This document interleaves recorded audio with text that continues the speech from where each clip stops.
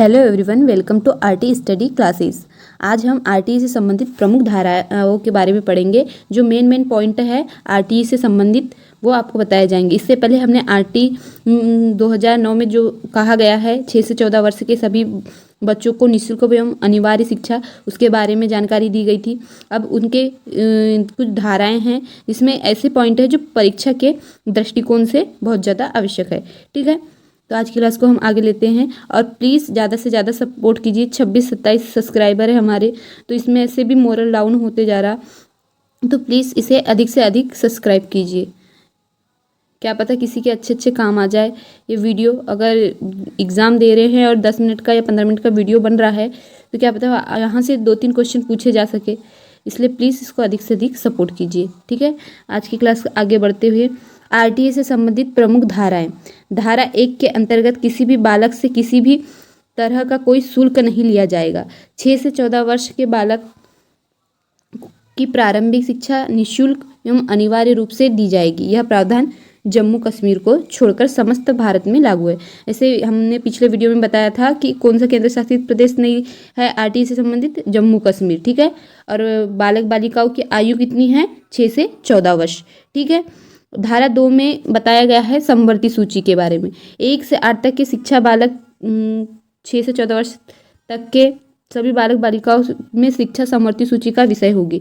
ठीक है, ये भी पूछा जा सकता है कि शिक्षा कौन सी सूची के अंतर्गत आता है। तो 3 प्रकार की सूचियां होती है, राज्य सूची, केंद्र सूची और समवर्ती सूची। तो ये राज्य और केंद्र दोनों में है समवर्ती सूची। ठीक है, और इसमें ऐसे सब वो बालक जो शिक्षा ग्रहण करने से वंचित रहते हैं सभी अपने निजी पंचायत में जाके संपर्क करें और अपना स्कूल वहाँ के बिना किसी जाति भेदभाव के वहाँ उस स्कूल में से एडमिशन दिया जाए। ये धारा 2 के अंतर्गत बताया गया है। ठीक है, धारा 3 के अंतर्गत सभी बालकों को अनिवार्य और प्रारंभिक शिक्षा प्रदान की जाए। मतलब अनिवार्यतः ऐसे कोई भी बालक जिनकी आयु 6 से 14 वर्ष के अंदर है वो बालक कभी बिना शिक्षा के न रहे।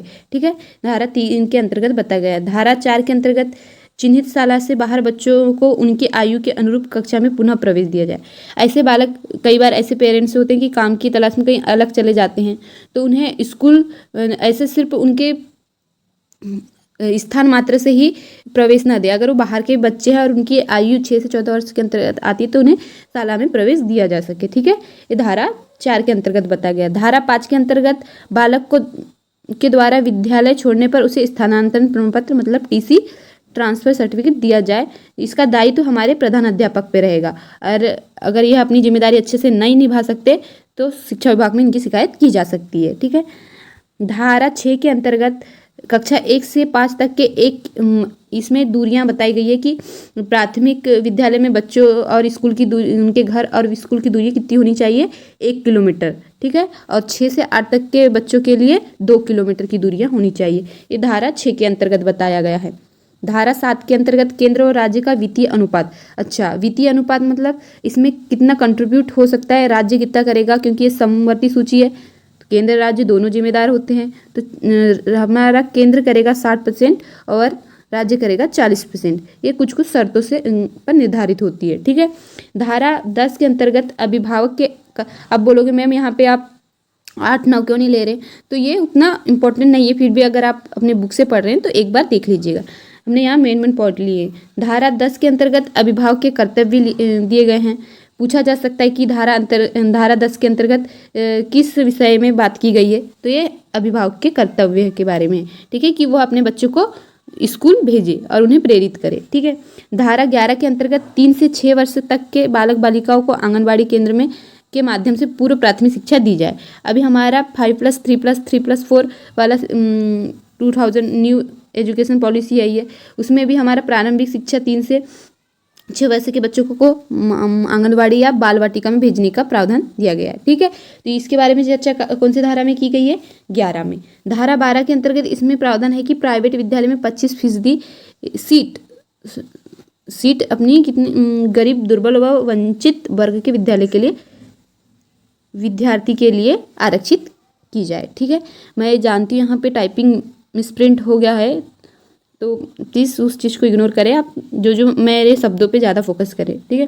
धारा 13 के अंतर्गत बालक बालिकाओं से कोई शुल्क नहीं लिया जाएगा, उसका उल्लंघन करने पर जुर्माना भी दिया जाएगा, ठीक है। धारा 17 के अंतर्गत विद्यालय में बच्चों को शारीरिक और मानसिक रूप से प्रताड़ित नहीं। पहले क्या होता था, जब कोई बच्चा डेली स्कूल नहीं आता था या फिर अपना होमवर्क सही टाइम पे नहीं कर पाता था, तो मास्टर उन्हें या टीचर्स उन्हें मतलब डांटते थे, मारते थे। ऐसे से बच्चों के मानसिक दबाव पड़ता था और वो अपने पढ़ाई पे अच्छे से ध्यान नहीं दे पाते थे। और कई बार छोटे छोटे बच्चे, ज़्यादातर में ये भावना होती है कि वो छोटी छोटी बातों को ज़्यादा माइंड में ले लेते हैं, ठीक है। तो ये धारा 17 के अंतर्गत है कि कोई ऐसे टीचर कोई भी मानसिक व शारीरिक प्रताड़ित नहीं करेगा, ठीक है। ये धारा 17 के अंतर्गत बोली गई है। धारा 20 के अंतर्गत केंद्र सरकार द्वारा अधिसूचना जारी कर किसी भी मानक में परिवर्तन कर सकेंगे। अच्छा, केंद्र सरकार शिक्षा से संबंधित कोई भी ऐसी अधिसूचना जारी करके उनमें परिवर्तन कर सकता है, ठीक है। धारा 21 के अंतर्गत प्रत्येक विद्यालय प्रबंधन समिति एसएमसी का गठन अनिवार्य रूप से है। ऐसे में जो होते हैं ना, अध्यक्ष बनाते हैं गांव के, या फिर किसी क्लास में टैलेंटेड बच्चे होते हैं उनके मम्मी पापा को अध्यक्ष बनाते हैं। तो ये एक समूह होता है जिसमें 15 या 16 सदस्य होते हैं जो विद्यालय के प्रबंधन में अपनी सहभागिता देते हैं, ठीक है। धारा 25 में प्रारंभिक शिक्षा में विद्यालय तथा कार्य दिवस और उच्च प्राथमिक शिक्षा में विद्यालय और कार्य दिवस का वर्णन किया गया है, ठीक है। जिसमें प्राथमिक शिक्षा में एक टीचर पर 30 विद्यार्थी होंगे, ठीक है।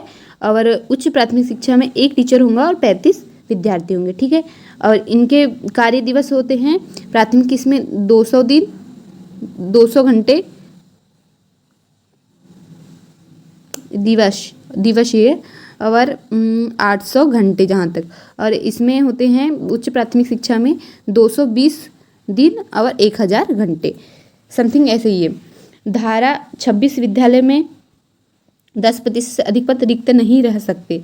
अगर किसी भी विद्यालय में 10% से अधिक पद रिक्त होते हैं तो वो विद्यालय कहीं ना कहीं बंद की श्रेणी में आ जाती है, ठीक है। धारा 27 के अंतर्गत वह प्रावधान है कि एक शिक्षक को 10 वर्षीय जनगणना, आपदा राहत कार्य व चुनाव कार्य के अलावा कहीं भी ड्यूटी नहीं लगाई जा सकती, ठीक है। यहाँ 10 वर्षीय आ जाएगा, ठीक है। और धारा 31 के अंतर्गत बालक के शिक्षा के अधिकार को मॉनिटर करना राष्ट्रीय और राज्य बालक अधिकार संरक्षण 2005 के द्वारा किया गया है। धारा 33 के अंतर्गत सरकार द्वारा राष्ट्रीय सलाहकार परिषद का गठन किया जाएगा। धारा 34 के अंतर्गत राज्य सरकार द्वारा राज्य सलाहकार परिषद, अच्छा इसके नोट कर लीजिएगा, 33 में लिखा गया है कि केंद्र सरकार द्वारा सलाहकार परिषद गठन किया जाएगा और 34 में राज्य सरकार द्वारा, क्योंकि ये समवर्ती सूची में मैं एक ही वर्ड बार बार इसलिए रिपीट कर रही हूँ क्योंकि यह पूछा जा सकता है कि कौन सी धारा के अंतर्गत समवर्ती सूची में शिक्षा रखी गई है, ठीक है।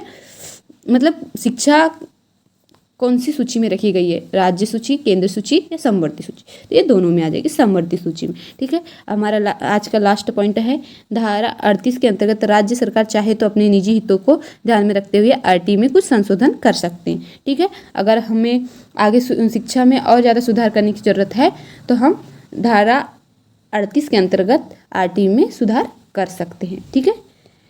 प्लीज़ अधिक से अधिक इस क्लास को सपोर्ट कीजिए। प्लीज़ इस चैनल में 24, 25, 26 ही सब्सक्राइबर हैं, इसे प्लीज़ आगे बढ़ाइए और प्लीज़ सपोर्ट कीजिए। और मैं अच्छे से अच्छे वीडियो जो KVS, सीटेट और सभी स्टेट जो टीचर्स के लिए वैकेंसी निकलती, मैं अच्छे कंटेंट लाने की कोशिश करूँगी। प्लीज़ सपोर्ट कीजिए।